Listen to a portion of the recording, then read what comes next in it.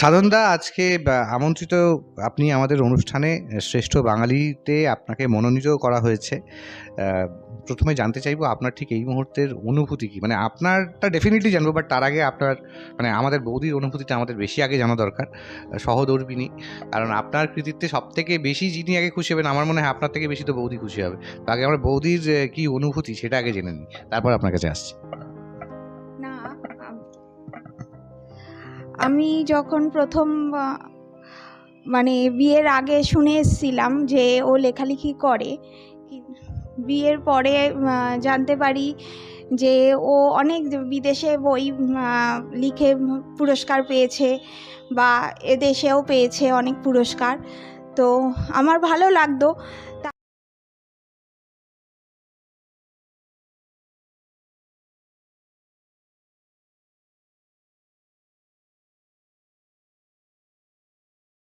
ওর বই বার হচ্ছে, সেইটা তো একটা আলাদা অনুভূতি।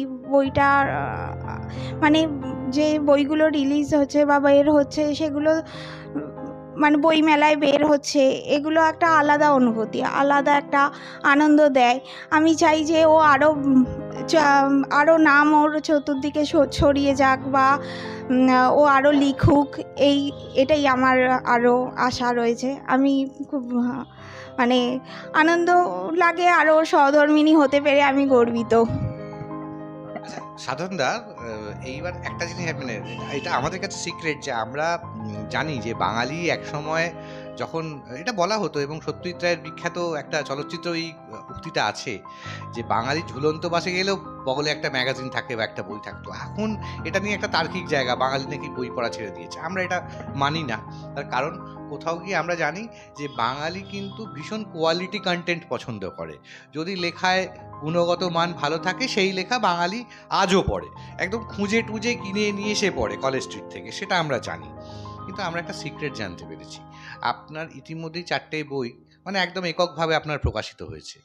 এর পরেও আপনি জীবনানন্দ দাশের একটা মানে লেখালেখির ওপরে আপনি একটা কাজ করতে চলেছেন। এই ভয়ঙ্কর কাজটা সম্পর্কে কি একটু কিছু বলা যাবে? আসলে কি আমি চেষ্টা করি যে সবসময় একটু নতুনত্ব দেওয়ার। হ্যাঁ, কারণ আমার গত বইটা যেটা বেরিয়েছে এবারে বইমেলাতে, ছড়ার বই যেটা বেরিয়েছে, সেখানেও আমি একটু এক্সপেরিমেন্ট করেছি যে 30 জন বাঙালিকে নিয়ে ছড়া লেখে। এর আগে কেউ লেখেনি, আমি একটু খুঁজে ব্যাপারটা লেখালেখি করেছি। তো মোটামুটি ভালোই সাড়া পাওয়া গেছে। তার আগের যে বইটা শেষ স্বীকারোক্তি, সেখানেও আমি দেখিয়েছিলাম যে বিশ্ববিখ্যাত 26 জন, যার মধ্যে 13 জন ভারতীয়, 13 জন বিদেশি, যারা ইতিহাস বিখ্যাত ব্যক্তিত্ব। এরা মৃত্যুকালে তাদের যে বলার ইচ্ছাটা, যেটা বলতে পারে না, জিভ জড়িয়ে যায়, আটকে যায়, তখন তাদের মনের মধ্যে যে কথা বলার ইচ্ছাটা ছিল, সেই ইচ্ছাটাকে আমি কাল্পনিকভাবে ধরে নিজের মনের মধ্যে সেটাকে একটা কাব্যিক রূপ দিয়ে বার করেছি। এটাও ইউনিক, এবং যে কারণের জন্য আমার এই বইগুলো ন্যাশনাল লাইব্রেরি গ্রহণ করেছে। তো এবার যেটা আমার আগামী স্বপ্ন বা ইচ্ছা, একটা এক্সপেরিমেন্ট বলুন, গবেষণা বলুন, যে জীবনানন্দ দাশ এমন একজন কবি, এপার বাংলা ওপার বাংলা মানুষ তাকে প্রচণ্ড ভালোবাসেন। এবং এবং তা ভালোবাসার অন্যতম একটা কারণ হলো রূপসী বাংলা কাব্যগ্রন্থটা, এক কথায়।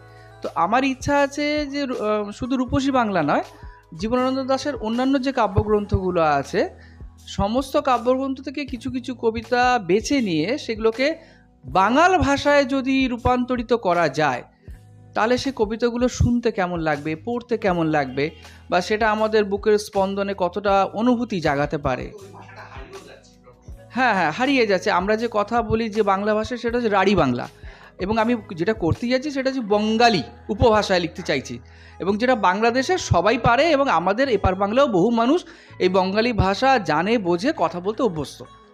তো আমি চাইছি এইভাবে যদি করা যায়, তাহলে ব্যাপারটা কীরকম হয়, সামনে আনতে পারছি, বা একটা নতুনত্ব লাগবে। যখন ওটা পড়া হবে, কানে বাজবে নতুনভাবে, মনে হবে যেন বাংলাদেশকে আরও আমি একাত্ম করতে পারছি। এরকম একটা ভাবনা চিন্তা আমার মাথায় রয়েছে, সেটা নিয়ে কাজ শুরু করব, এবং আশা করছি হয়তো আগামী বইমেলায়, হয়তো 25-এর বইমেলায় হয়তো বইটা বেরোবে, এবং তখন পাঠক যারা আছেন তারা বইটা হাতে পেলে বুঝতে পারবেন যে আমার লেখাটা কতটা সার্থক হয়েছে।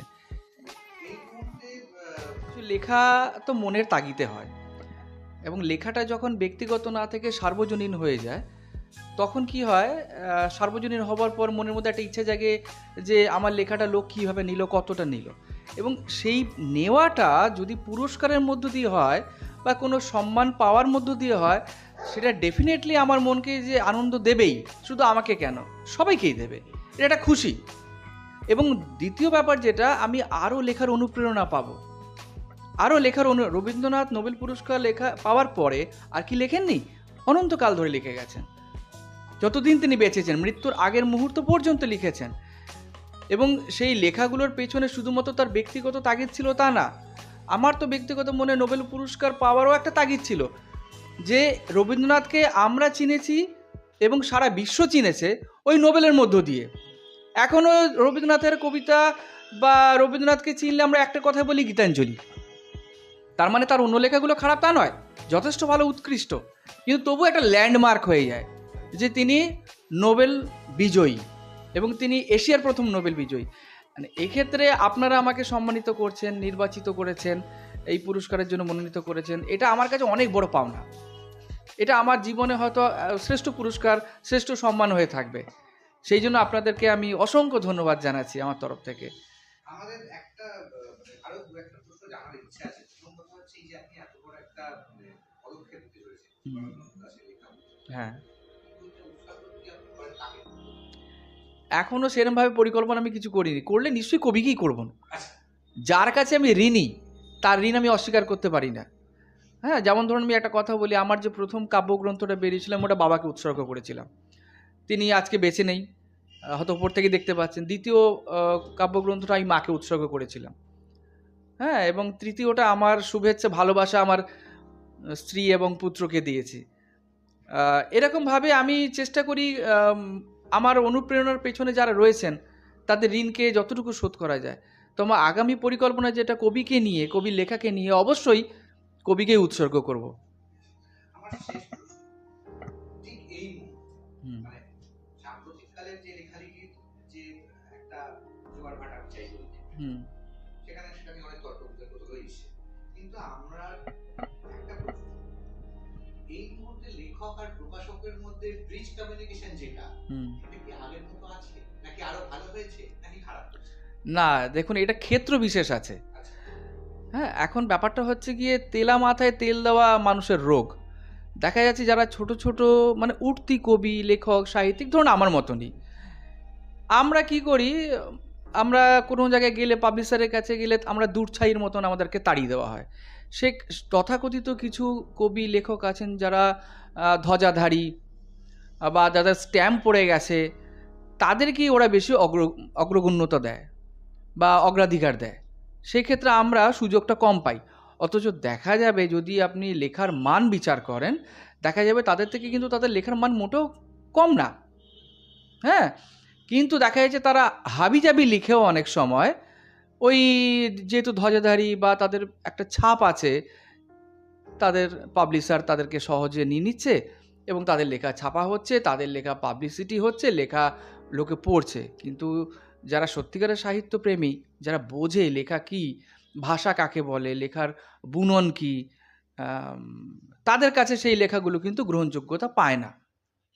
হ্যাঁ, তো ব্যাপারটা হচ্ছে এইখানে। তো আর পাবলিশার আর লেখকের মাঝখানে অনেক ক্ষেত্রে ব্যবসায়িক একটা সম্পর্ক চলে এসেছে। হ্যাঁ, একটা সমস্যা কি দেখুন, আগে যারা যে সমস্ত বই বেরোতো, ধরুন রবীন্দ্রনাথ ঠাকুরের বই বেরোচ্ছে বা বঙ্কিমচন্দ্রের বই বেরোচ্ছে, খেয়াল করে দেখবেন এদের বাড়ি থেকে কিন্তু পত্রিকা বেরোতো। বঙ্কিমচন্দ্রের নিজস্ব ছাপাখানা ছিল, সন্দেশ বেরোতো। সেক্ষেত্রে আমাদের পক্ষে ছোট ছোট আমরা তো পত্রিকা বার করতে পারি না। হ্যাঁ, আর এখন একটা মোবাইলের যুগ চলে এসেছে, বই পড়া কালচারটাই আস্তে আস্তে ক্রমশ উঠে যাচ্ছে। বই মেলা হয়ে গেছে শুধু মেলা, বিনোদন মেলা। হ্যাঁ, বই মেলা নেই, লোকে যাচ্ছে, ঘুরছে, টাইম পাস করছে এবং স্ট্যাটাস দেখাচ্ছে, ছবি তুলে আমি বই মেলায় গেছিলাম, অথচ সে বই কেনেনি একটাও। এরকম একটা দেখাচ্ছে আমি অমুক স্টলের সামনে দাঁড়িয়ে ছবি তুললাম, ইত্যাদি ইত্যাদি বলে। এখন একটা এন্টারটেইনমেন্ট ব্যাপার চলে এসছে বই মেলাটা, এবং সেখানেও গিল্ড বলুন বা যারাই পাবলিশার আছেন তারা ব্যবসায়িক মনোভাব নিয়ে ব্যাপারটা চালাচ্ছে। আমার টাকা এত টাকা উঠলেই হলো, কার বই ছাপা হলো কি হলো না, কতটা বিক্রি হলো কি, কতটা মান মর্যাদা পেলো কি না পেলো, বা উঠতি লেখকদের উৎসাহ দেওয়া, এই ব্যাপারগুলো খুব একটা চোখে পড়ে না। ফলে সেক্ষেত্রে নতুন লেখক কবি